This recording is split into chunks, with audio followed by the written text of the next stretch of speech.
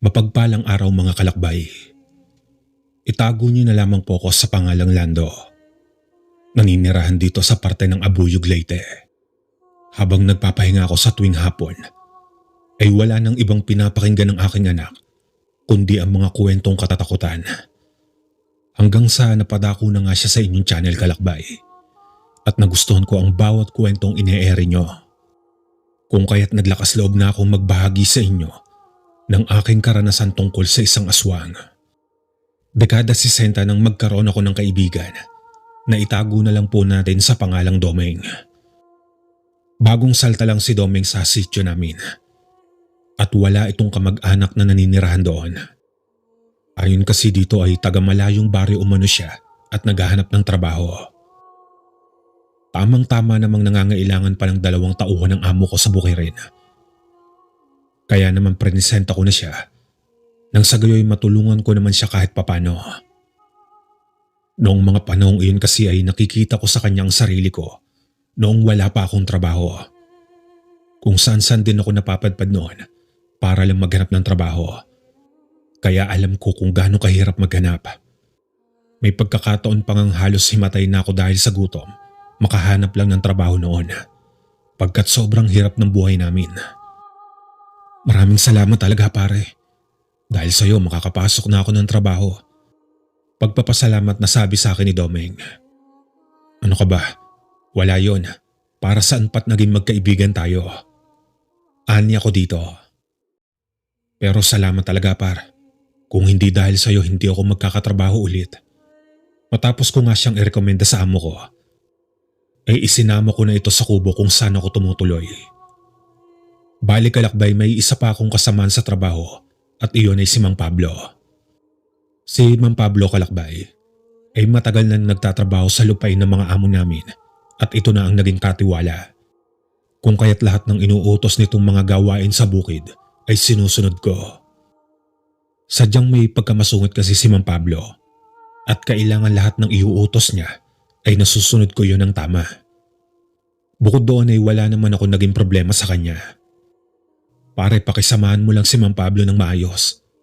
Mabait naman yun eh. Huwag mo na lang papansinin kapag nagsusungit ang matandang yun. Masasanay ka rin katagalan.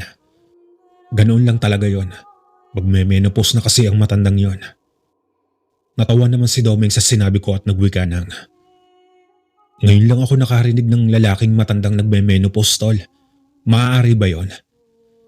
Napahagalpak naman ako ng tawa at nagwika ng, oo, si Mang Pablo. Palagi kasing galit yon. Nang makalapit na kami sa kubo, ay naabutan namin nagkakape si Mang Pablo. Kung kaya't agad na ipinakilala ko si Domeng sa kanya. At sa paglipas ng mga araw, kalakbay, ay maayos naman ang pagtatrabaho namin. Masipag si Domeng at palagi ko itong nakikita ang nagtatrabaho na para bang hindi napapagod. Ngunit ang isang napuna ko lang sa kanya ay hindi siya masyadong kumakain. Kumbaga tikim-tikim lang sa pagkain at hindi masyadong nag-uulam. Sabi ko pa nga noon sa sarili ko, baka ganyan lang talaga si Domeng. Masyadong pihikan pagdating sa pagkain. Pero ang ipinagtataka ko talaga, bakit kahit pihikan siya sa pagkain, hindi ko man lang siya nakitaan ng panghihina ng katawan. Di ba kasi, kalakbay, yung mga taong maaarte sa pagkain, halos manghina na ang pangangatawan. Pero sadyang kakaiba si Domeng dahil malakas ito at ang liksi pa rin itong kumilos. Kung hindi ko nga to sasabihang uuwi na kami sa kubo, ay hindi ito titigil sa ginagawa. Isang gabi noon, habang nagluluto ng hapunan si Mang Pablo, nakita kong lumabas ng bahay si Domeng. Tatawagin ko pa sana ito, ngunit dere-derecho lang ito sa likuran ng bahay.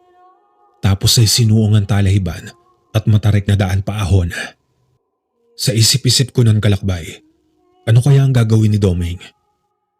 Bakit ang bilis nitong maglakad? Hindi man lang narinig ang pagtawag ko sa kanya. Teka, Lando, nasaan na ba ang kaibigan mo? At maya-maya lang ay kakain na tayo. Wika sa akin ni Mang Pablo. Napatingin naman ako sa kanya at sinabing nakita ko si Domeng na umahon sa bundok sa likuran ng bahay. Baka ka kung magje-jebs lang yon. Kaya nagmamadaling maglakad at hindi na ako narinig nung tawagin ko siya. Ah, ganun ba? O siya, sige, mamaya na lang tayo kumain. Hintayin na lang natin si Domeng para sabay-sabay na tayong kumain. Tugon ni Mang Pablo. Makalipas pa ang mahigit 1 oras ay nakita ko nang pabalik ng bahay si Domeng. Dumaan muna ito sa gilid ng bahay. Nagugas ng kamay at naghilamos. Pagkatapos ay saka pa lang ito pumasok. Grabe ka, tol. Ang tagal mo maglabas ng sama ng loob ah.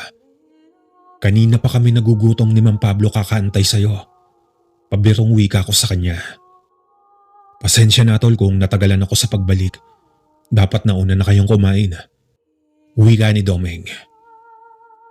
Naku, kilala mo naman si Mang Pablo. Hindi mag-uumpisa ng pagkain kung hindi kumpleto ang nasa loob ng bahay. Baka daw kasi hindi na matirhan pa ng pagkain ang naiiwang hindi pa kumakain. Tugon ko sa kanya. Natawa na lang naman ito at agad na kaming nagtungo sa hapagkainan. Noong kumakain na kami, ay nasipat kong may bahid ng dugo sa pisngi ni Domeng. Tiningnan ko pa iyon na maigi. Baka kasi nagkamali lang ako at hindi dugo iyong nakita ko. Pero hindi ako nagkakamali, kalakbay. Kitang-kita ko talagang dugo iyon. Nagulat naman ako nang biglang napatingin sa gawi ko si Domeng at nagtanong ng, "Bakit, tol? May problema ba? May dumi ba sa mukha ko?" "Ha? Wala. Ano kasi? May naalala lang ako." Nauutal na pagkukunwari ko dito. Wala kasi akong lakas na loob na sabihin dito ang tungkol sa likidong pulang nakita ko sa pisngi niya. Kaya iniwas ko na lang ang aking paningin at itinuon sa ibang direksyon. Pagkatapos ay nagmadali na lang ako ng pagkain. Nang matapos na akong kumain ay sandali akong nagpahangin sa labas ng bahay. "Mukhang malalim ang iniisip mo, bata ah. Ano ba yan?" Bungad na tanong sa akin ni Mang Pablo. Hindi ko alam kung sasabihin ko ba kay Mang Pablo ang hinala ko sa kaibigan ko o hindi. Iyong huling desisyon ang aking ginawa. Ang hindi sabihin kay Mang Pablo ang hinala ko sa kaibigan kong si Domeng. Sandali pa kami nagkwentuhan ni Mang Pablo kung ano ang gagawin naming trabaho bukas. Habang si Domeng naman ay nahiga na sa silid namin. Maya-maya pa ay napagpasya na namin pumasok na sa loob ng bahay at sinabihan ko si Mang Pablo na siya na ang magsara ng pintuan. "Sige, ako nang bahala ditong magsara. Matulog na kayo ng maaga para bukas maaga kayong magising. Pupunta kasi tayo sa unahang bundok para linisan ang lupa ni Bossing doon." Mahabang wika sa akin ni Mang Pablo.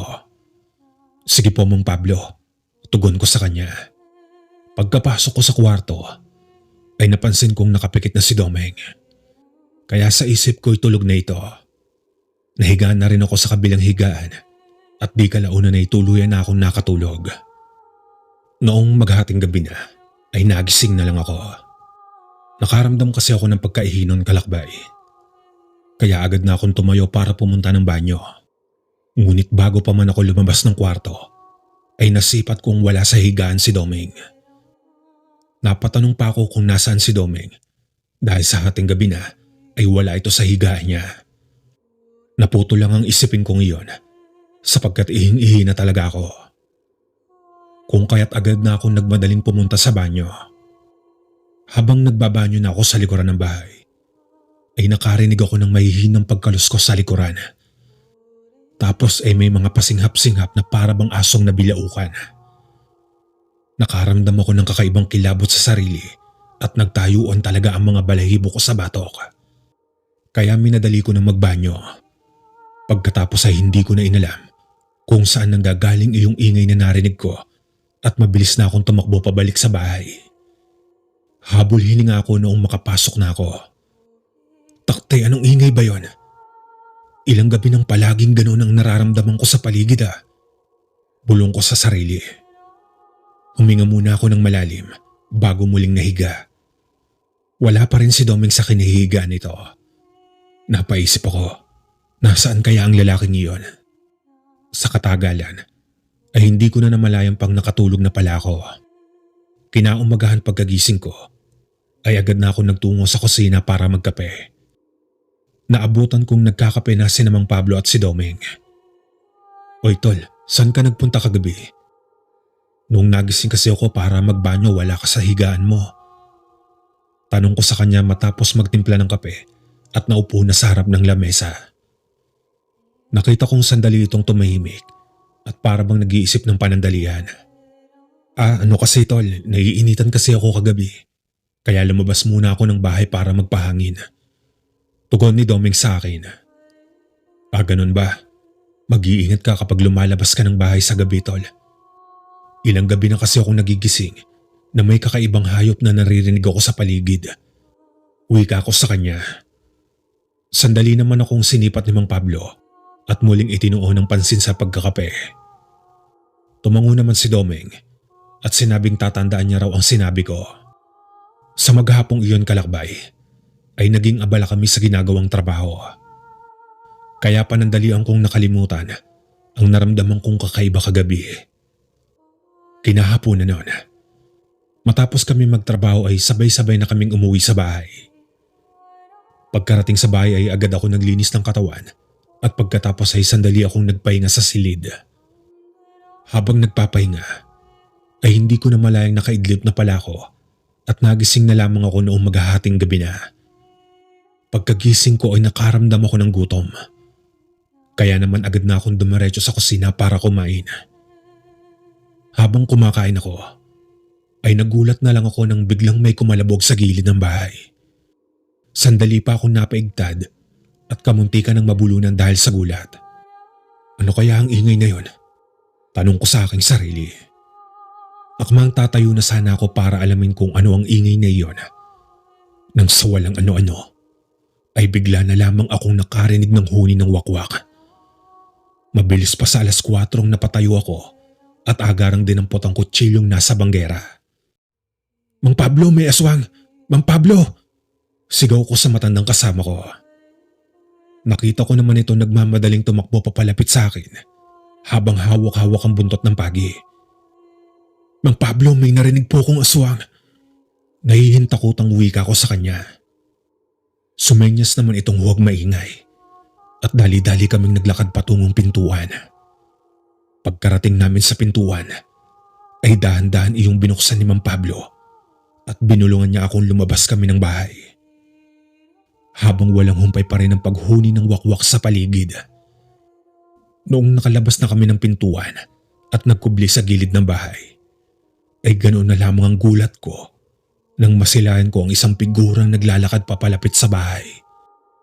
Habang nagpapasinghap-singhap ito na parang may hikang aso.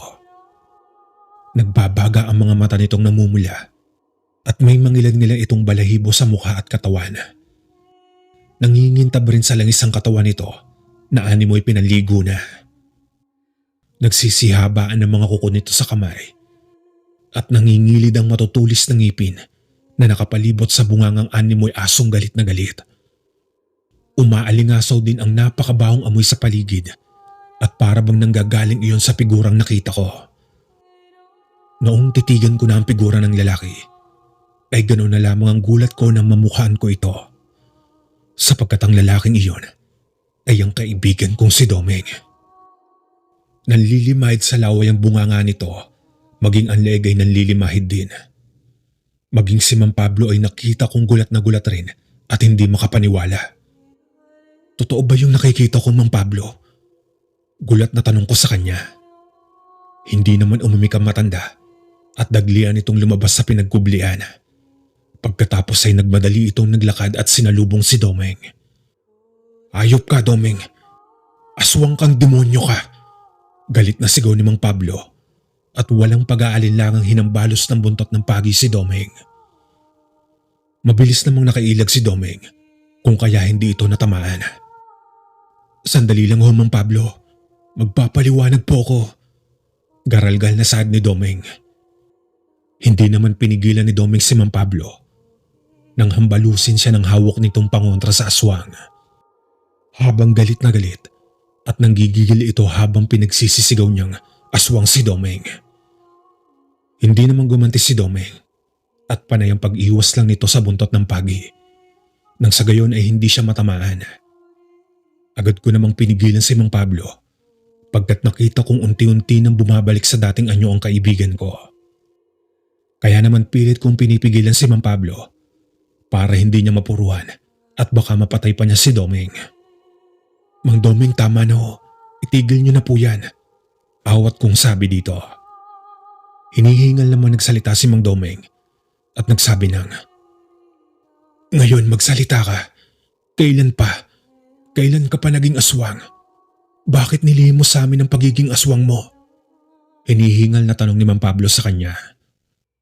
Nanatiling nakayuko lang si Doming at para bang nahihiya ito.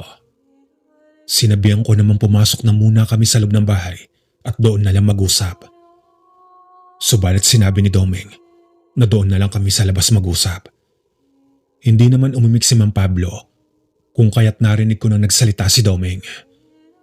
Ayon sa kanya, lumayas siya sa lugar nila dahil sa iniiwasan niya ang kanyang pamilyang masaktan sapagkat nayanggaw umano siya noong unang pinagtatrabahuan niya at hindi alam ng kanyang pamilya. Pinilit naman ni Doming na magpagamot, subalit walang albularyong gustong gumamot sa kanya. Ang sabi kasi ng mga albularyong nilapitan niya ay hindi na siya kayang gamutin nila at natatakot ang mga ito na baka balikan ng nangyanggaw sa kanya. Kaya ang buong akala ko noon ay magagalit at ipagtatabuyan ni Mang Pablo si Doming. Ngunit nagulat ako at namangha dahil sa sinabi nitong may kakilala siyang albularyo at sasama niya si Doming sa pagpapagamot. Sa paglipas nga ng mga araw ay mag-isa lang akong palagi sapagkat sinamahan na ni Mang Pablo na magpagamot si Doming sa kanyang kaibigang albularyo. Hindi katagalan kalakbay ay tuluyan nang gumaling si Doming at patuloy pa rin siya nagtatrabaho para magpadala sa kanyang pamilya. Hanggang dito na lang po ang aking kwento, mga kalakbay. Maraming salamat.